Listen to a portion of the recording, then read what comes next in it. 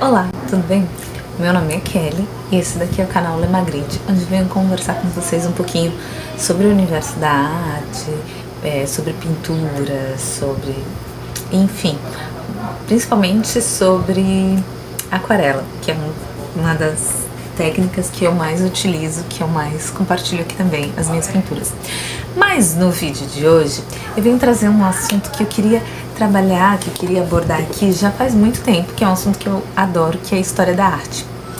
E o que a gente vai fazer? Ou eu, no caso. Eu vou começar uma série de vídeos que eu vou trazer um pouco sobre os temas de história da arte. Parece que não tem nada a ver, porque eu fico mostrando técnicas de pintura, eu fico mostrando como pintar, mas isso é super bacana, porque as referências que a gente vai buscar para pintura, elas estão aí, já existem, estão em torno da gente, só que a gente tem que saber como procurar, tem que entender. E eu acho que produzir arte tem que ter propósitos, né? Mesmo que seja só terapêutico, mas você tem que entender os significados daquilo que você está produzindo, porque eles impactam na vida das pessoas de alguma forma. Desculpa, é que as crianças hoje... Férias, né, gente? Janeiro, todo mundo em casa. Retomando. Então, eu vou falar um pouquinho sobre história da arte. A história da arte, ela segue a história do mundo, a história de um povo, de uma cultura. Ela vem para trazer as produções e as expressões dos povos ao longo da história. A gente vai estudar isso, como é que se deu as produções culturais e artísticas da humanidade. Eu digo, todo mundo, né? Seja se você está na escola ou se você está na faculdade, na graduação, todo mundo costuma estudar a história através da linha do tempo. Vou deixar a imagem aqui.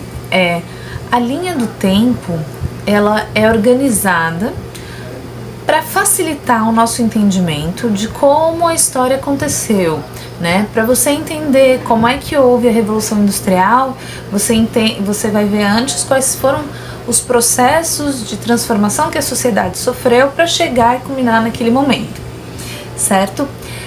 A linha do tempo sempre existiu? Não. A linha do tempo é uma convenção. O que é uma convenção, gente? Convenção é quando um grupo de pessoas se reúne, normalmente pessoas que detêm algum poder, seja um poder intelectual, seja um poder militar, enfim, elas detêm o poder e elas se reúnem para decidir algumas definições. E uma das definições que foi organizada e decidida em grupo foi essa linha do tempo. Porque vamos estudar a história dos nossos antepassados do mundo através de uma linha do tempo que vai ser organizada dessa forma. E a linha do tempo, ela é estabelecida basicamente, principalmente, por um eixo principal, que é AC e DC. Tudo é definido, o tempo a gente está atualmente no ano de 2022 DC. Se a gente estivesse em 2022 AC, o nosso contexto seria completamente diferente. Mas o que é o AC e o DC? DC não tem nada a ver com Batman, tá, gente? O AC e o DC é antes de Cristo e depois de Cristo. Bem, aí tem pessoas que vão falar assim, mas eu não acredito que Cristo existiu, eu não acredito que isso existiu. Não importa se você acredita, a convenção se deu dessa forma. O que é importante a gente perceber aqui é que por que a gente usa Cristo como definição? Porque a educação, o surgimento da educação, a popularização da educação, ela se deu principalmente dentro das igrejas, né? Dentro dos mosteiros, dos monastérios, foi onde começou a se produzir a educação da forma como a gente conhece hoje, com o professor, com os alunos, com livros, com textos, e aos poucos foi saindo de dentro da igreja, mas o poder da igreja dentro do processo educacional é fortíssimo, tanto que até hoje a gente segue usando vários modelos e padrões instituídos pela igreja há 1000 anos atrás, há mais de 1000 anos atrás.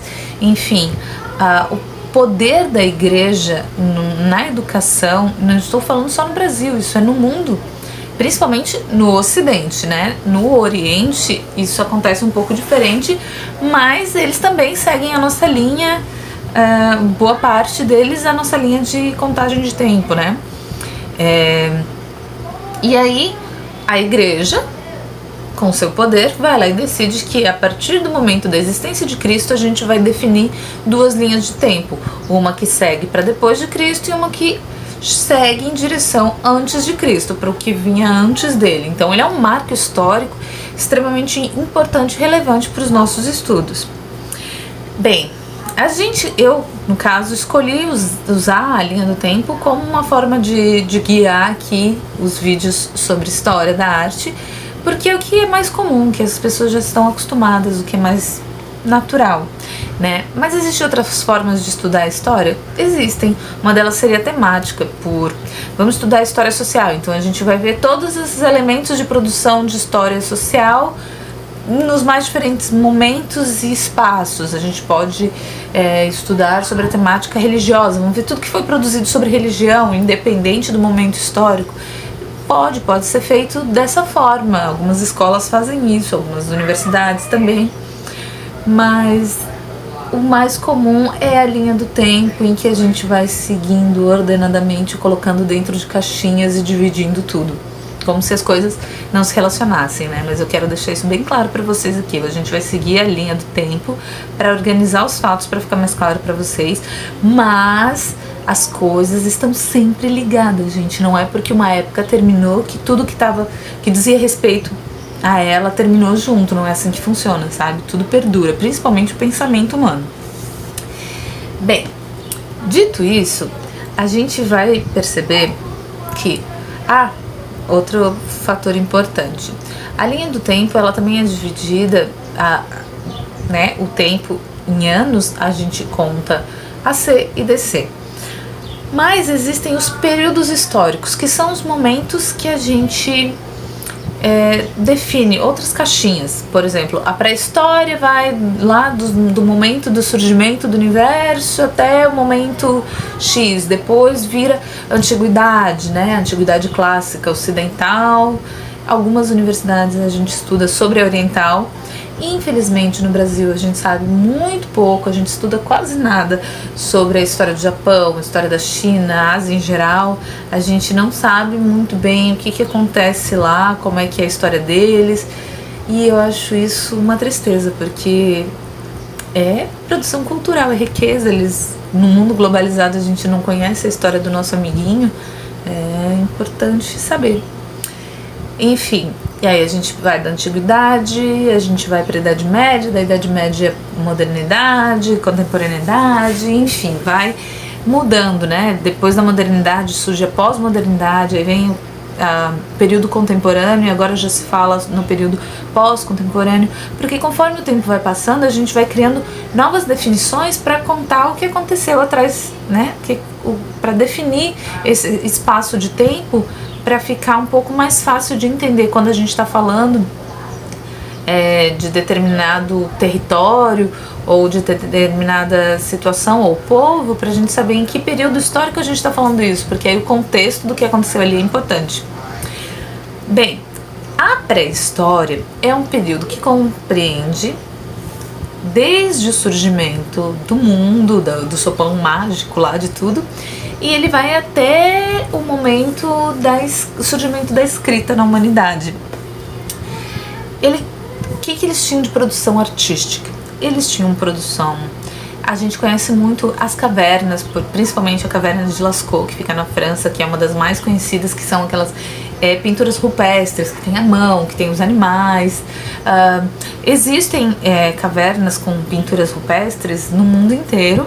Inclusive no Brasil a gente tem vários sítios arqueológicos.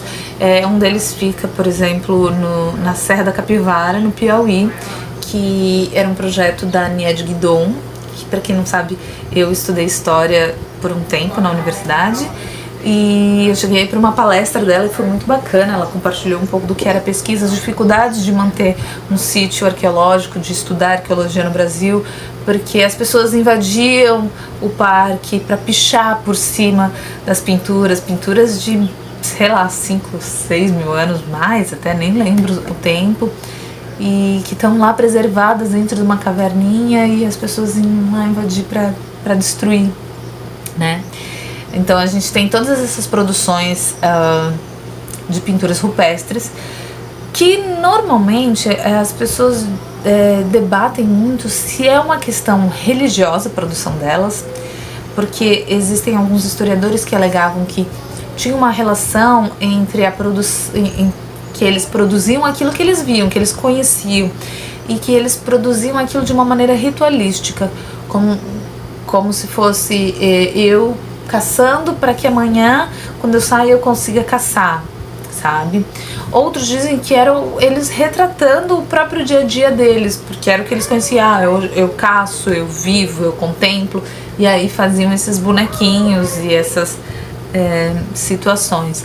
Então, com certeza absoluta, a gente não tem muito como afirmar, mas existem várias pesquisas nesse sentido. Além das pinturas rupestres, a gente vai ter as produções megalíticas. Ai, gente, desculpa. Que são aquelas construções de pedras gigantes, uns blocos únicos de pedra. É muito comum. Tem no Reino Unido, a gente encontra alguns. Stonehenge é um exemplo disso. Normalmente eles estão empilhados assim, sabe, como se estivesse fazendo alguma torre, alguma coisa do gênero. Formações circulares, tem a ver também com a questão religiosa, é o que se acredita, que tem a ver com também para cerimônias, seja cerimônias fúnebres, seja ritualística, religiosa, enfim. Era uma produção que tinha a ver com a sua crença, com a fé daquelas pessoas, né? E além dessas produções, no Brasil, por exemplo, no nosso período pré-histórico, a gente encontra bastante, além da, por exemplo, a Serra da Capivara, em Minas Gerais também tem Lagoa Santa, tem outros sítios com cavernas em pintura rupestres. Aqui eu moro em Florianópolis. Em Florianópolis nós temos também sítios arqueológicos que eles se dão através dos sambaquis, que são montanhas de conchas onde os habitantes eram coletores. Eles coletavam conchinhas, comiam ali, iam acumulando e formavam montanhas, que são montanhas só de conchinhas. Ali você encontra às vezes outros artefatos, pontas de lança, às vezes crânios, às vezes restos de ferramentas, de machado, de pedra lascada. Nas encostas, em praias aqui onde a gente tem muitos rochedos, a gente encontra também sítios que são algumas pedras que têm escavações onde eles afiavam as lâminas deles, outras que são redondas, assim, que são marcas deles polindo, da época da pedra polida. A gente encontra inscrições rupestres que são diferentes de pinturas rupestres. Pintura rupestre é pintura. Inscrição rupestre é uma escavaçãozinha. É como se sabe quando você faz coisa errada e você vai cavar numa madeirinha para deixar ali o seu nome cravado? Essa gravação é uma inscrição. Inscrições rupestres são isso, são inscrições nas pedras. E aqui em Florianópolis a gente tem vários desses, assim. Inclusive, recentemente, há 2 anos atrás, eles estavam construindo um novo elevado aqui perto de casa, e quando foram escavar para colocar uma coluna, eles acharam um sítio arqueológico, acharam acho que 2 ou 3 fósseis completos e mais umas pontas de lança e muita conchinha. Era um sambaqui ali. O mar hoje não está muito perto dali não, está bem longe, então também mostra essas produções que a forma como a geografia se modificou ao longo do tempo. Bem, no vídeo de hoje foi essa instrução, assim, para começar, a gente não cair de paraquedas em nada, mas foi para começar, assim, fazer um apanhado geral sobre o que seria a pré-história, né, que ele vai até ali o surgimento da escrita na época da Mesopotâmia, mais ou menos, que é onde eles começam com as escritas cuneiformes, que eu vou deixar imagens aqui, tudo que eu tô dizendo para vocês ilustrando, que é o princípio da escrita. Não quer dizer que é o princípio da comunicação falada, né, porque já existia alguma comunicação, mas a escrita, a produção escrita, mesmo que a grafia seja diferente, é um marco que faz a gente sair da idade da pré-história e entrar na antiguidade, que aí no próximo vídeo aí a gente vai falar um pouquinho sobre esse processo e sobre os grupos que a gente conhece, as produções, que se inclui aí os hieróglifos, os egípcios e várias outras produções de escrita que marcam esses novos povos e o desenvolvimento de agricultura, enfim, nessa antiguidade. Na pré-história tem muito mais coisa para se estudar, gente, mas é só um apanhado geral, só para vocês terem uma noção de que, sei lá, tem gente que nunca viu, não sabia que pré-história no Brasil, sim, não é só dinossauro, sabe? Tem muito mais coisas. Desde que o homem começou a produzir, se expressar, existe história e existe arte. A arte é uma produção humana, uma criação humana, e que conta muito, muito, muito, muito sobre a nossa vida. Eu acredito, na verdade, que a história da arte é as entrelinhas da história. Sabe quando a gente lê um texto e tem algumas coisas que ficam subentendidas, a gente costuma dizer que isso dali são as entrelinhas, né? Aquilo que não está escrito, mas que a gente entende. A história da arte, eu acho que são as entrelinhas da história. Tudo aquilo que não foi podido ser escrito, que não pode ser escrito pelos vencedores da história, pelos poderosos, a gente, através da arte, deixou mensagens, deixou expresso, às vezes, a nossa insatisfação, contextos que não eram relevantes, dos pobres, que nunca têm valor, né, social e histórico, mas eles tinham uma produção artística e eles deixam uma mensagem. E eu acho que a história da arte está aí para ajudar a gente a... Então, no vídeo de hoje era isso que eu queria compartilhar com vocês. Espero que tenham gostado, espero que tenham aprendido um pouquinho mais. Se você é novo por aqui, seja muito bem-vindo. Estou te convidando a se inscrever, a curtir o vídeo se gostou, ativar o sininho, fazer todas essas coisas que ajudam muito aqui a divulgação. Se você já acompanha o canal, muito obrigado por continuar. E é isso. Qualquer dúvida pode deixar nos comentários, que eu tenho o maior prazer em responder, em conversar com vocês. E aguardo vocês para os próximos vídeos, para a gente aprender um pouquinho mais sobre a história da arte juntos. Até a próxima!